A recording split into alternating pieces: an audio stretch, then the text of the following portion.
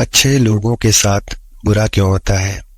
ये सवाल हर किसी के मन में कभी न कभी उठता जरूर है।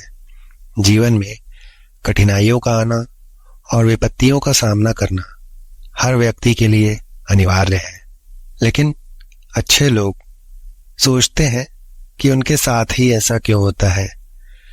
गौतम बुद्ध कहते हैं कि यदि हमारे कर्मों का चक्र जो है समय के साथ अपना फल अवश्य देता है, हमारे बुरे हालात हमें कमजोर नहीं बल्कि और अधिक मजबूत बनाते हैं। मित्रों, आइए आज की इस कहानी के माध्यम से हम यही समझेंगे। लेकिन कहानी में आगे बढ़ने से पहले मित्रों, अगर आप इस चैनल पर नए हैं और आपने इसे सब्सक्राइब नहीं किया है तो इसे सब्सक्राइब कर लें और कमेंट में ज़रूर अपनी राय बताएं। आज की कहानी आपको कैसी लगी? चलिए मित्रों, अब शुरू करते हैं कहानी को। बहुत समय पहले हिमालय की तलहटी में बसे एक छोटे से गांव में देव नामक एक युवक रहता था।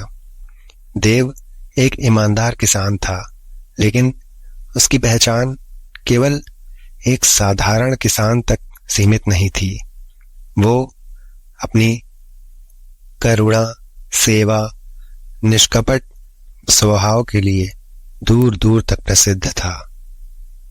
कोई भी जब परेशानी में होता तो वो देव उसकी मदद के लिए सबसे पहले खड़ा हो जाता। गांव वाले उसकी प्रशंसा सिर्फ इसीलिए किया करते थे, लेकिन उसका जीवन लगातार कठिनाइयों से घिरा रहता था। देव के जीवन का सिद्धांत था, अच्छाई करो और फल की चिंता मत करो। लेकिन विडंबना ये थी कि उसकी अच्छाई का फल उसे कभी सीधे नहीं मिला। हर कठिनाई में उसने सिर झुकाया, सब कुछ सह लिया। लोगों ने उसकी प्रशंसा की, लेकिन उसकी परेशानियों को जल्दी ही भुला दिया। समय बीतता गया और देव की समस्याएं बढ़ती चली गईं। एक साल देव ने बड़ी मेहनत से अपनी फसलें उगाई थी। उसने हर दिन सूर्योदय से पहले खेतों में काम शुरू किया और देर रात तक मेहनत की। उसके दिल में ये विश्वास था कि उसकी मेहनत का फल उसे अवश्य मिलेगा। लेकिन एक दिन अचानक आसमान में बादल घिर आए और तेज बारिश के साथ ओले गिरने लगे। देव का खेत जो सुनहरे धान से लहलहा रहा था, अब बर्बाद हो चुका था। देव ने जब अपने खेतों की हालत देखी तो उसका दिल बैठ गया। उसकी पत्नी सिया, जो हमेशा उसके साथ खड़ी रहती थी, ये देखकर बहुत दुखी हो गई। वह देव के पास आई और बोली, क्यों हमारे साथ ही ऐसा होता है? देव, हम तो हमेशा दूसरों की मदद किया करते हैं, फिर भी हमारे साथ ही ये सब क्यों हो रहा है? देव ने अपनी पत्नी को सांत्वना देते हुए कहा, सिया, ये जीवन है। यहाँ सब कुछ हमारे हाथ में नहीं होता। जो होना है वो होकर ही रहेगा। हम केवल अपने कर्म कर सकते हैं, बाकी सब भगवान पर छोड़ देना चाहिए। सिया ने गुस्से से कहा, लेकिन देव, हर बार हमारे ही साथ क्यों? हमने किसका बुरा किया है? हमने तो हमेशा अच्छे कर्म किए हैं, फिर क्यों हमारी फसलें बर्बाद हो जाती हैं? क्यों हमें हमेशा बुरा झेलना पड़ता है? देव ने गहरी सांस लेते हुए कहा, सिया, जो हम देते हैं वही हमें वापस मिलता है। अच्छे कर्म कभी व्यर्थ नहीं जाते। भगवान हमारी परीक्षा ले रहे हैं और हमें इस परीक्षा में सफल होना होगा। कुछ ही महीनों के बाद देव के मवेशियों में एक अजीब बीमारी फैल गई। देव ने उनकी देखभाल के लिए जो भी कुछ बचा रखा था वो सब खर्च कर दिया। वो दिन रात मवेशियों की सेवा में जुट गया, लेकिन दुर्भाग्य से कई मवेशी मर गए। देव ने अपने मवेशियों को खो दिया, जो उसकी आजीविका का मुख्य स्रोत थे। अब वो और भी कठिनाई में आ गया। गांव के कुछ लोग देव से मिलने आए। उन्होंने उससे सहानुभूति जताई, लेकिन धीरे धीरे लोग अपनी जिंदगी में व्यस्त हो गए। देव के पास कोई भी नहीं रहा जो उसकी मदद कर सके। सिया अब और भी हताश हो चुकी थी। एक रात जब देव थका हुआ खेत से लौट रहा था, तो सिया ने उसे रोक कर कहा, कब तक तुम ऐसे सब कुछ सहते रहोगे? देव, कब तक हम इस तरह संघर्ष करेंगे? क्या अच्छाई का यही फल है? क्या भगवान ने हमें सिर्फ दुख ही दिया है? देव, जो अब तक धैर्यवान बना हुआ था, उसने भी कुछ पल के लिए खुद को असहाय महसूस किया, लेकिन उसने सिया की ओर देखते हुए कहा, सिया, हम इंसान हैं और हमारी समझ सीमित है। भगवान की योजना को समझना हमारे बस की बात तो नहीं है। हम केवल अपने कर्मों पर ध्यान दे सकते हैं। बुरा समय सबके जीवन में आता है और ये भी एक दिन गुजर ही जाएगा। सिया ने थोड़ा निराश होकर कहा, तुम हमेशा यही कहते हो देव, लेकिन ये दुख कब खत्म होगा? क्या हमें कभी सुख मिलेगा? देव ने सिया को प्यार से देखा और बोला, सिया, सुख दुख ये तो हमारे जीवन के हिस्से हैं। जो अच्छा कर्म करता है उसका फल उसे अवश्य मिलता है। हो सकता है हमें ये फल आज ना मिले, लेकिन भविष्य में इसका लाभ अवश्य मिलेगा। उसी गांव में कुछ समय बाद एक महान संत गुरु जी का आगमन हुआ। वो संत दूर दूर तक प्रसिद्ध थे और उनके पास लोग अपनी समस्याओं का समाधान ढूंढने के लिए आते थे। गांव के लोग भी उनकी शरण में पहुंचे। देव और सिया भी उनके पास गए, क्योंकि सिया के मन में अभी भी अपने जीवन की कठिनाइयों को लेकर कई सवाल थे। गुरुजी के दर्शन होते ही सिया ने अपनी सारी व्यथा गुरुजी से व्यक्त कर दी। गुरुजी, मेरे पति देव बहुत अच्छे इंसान हैं। उन्होंने हमेशा दूसरों की मदद की है, लेकिन फिर भी उनके साथ बुरा ही हो रहा है। क्यों अच्छे लोगों के साथ बुरा होता है? क्या अच्छाई का यही परिणाम होता है? गुरुजी ने गहरी सांस ली और कुछ पल चुप रहे। फिर वे बोले, वत्स, तुम्हारा प्रश्न बहुत ही गहरा है और महत्वपूर्ण भी है।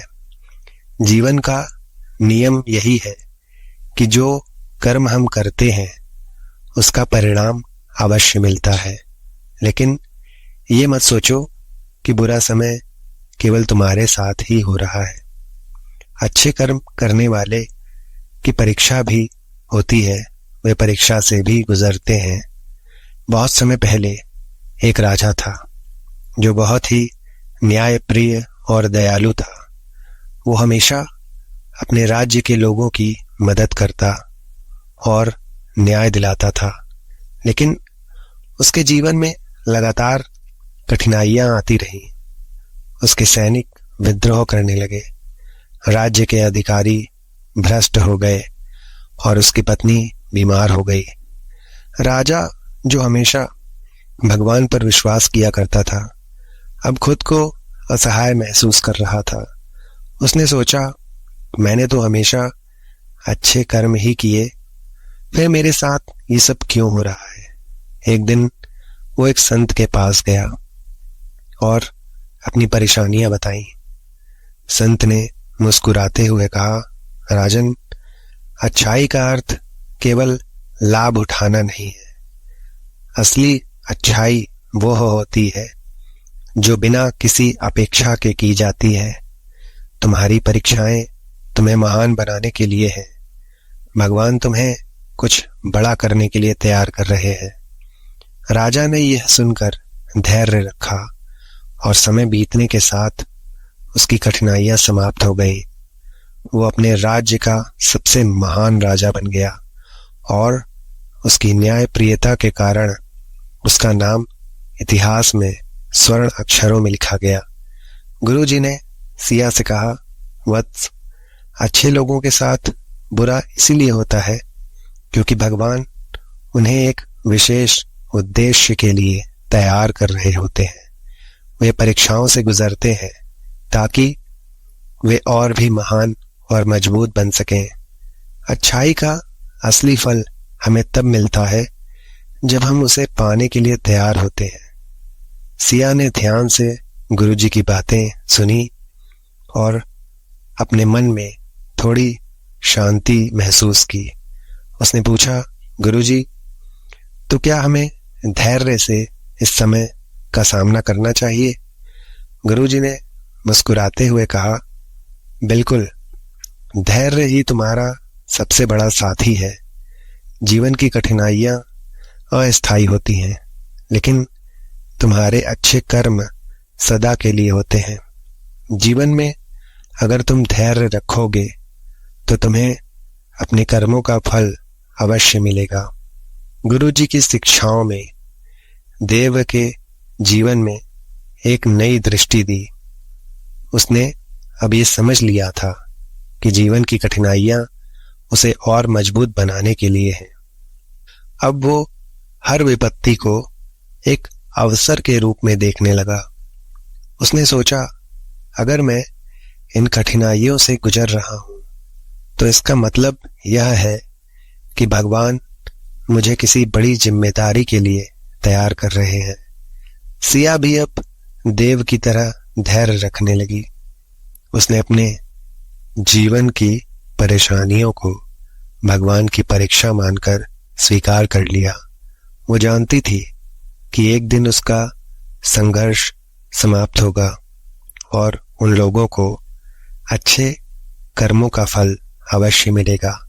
समय बीतता गया और देव के जीवन में धीरे धीरे बदलाव आने लगा।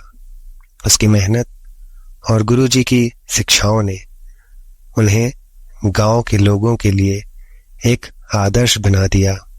जब गांव के लोग कठिनाइयों में होते तो वे देव के पास आते और उससे परामर्श लेते। देव ने गुरुजी की शिक्षाओं को सबके साथ साझा किया, बांटा और धीरे धीरे गांव में एक नई चेतना आई।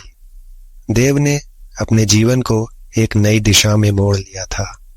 अब वो केवल अपनी फसल और मवेशियों की देखभाल ही नहीं करता, बल्कि उसके गांव के लोगों को भी प्रेरित करना उसने शुरू कर दिया था।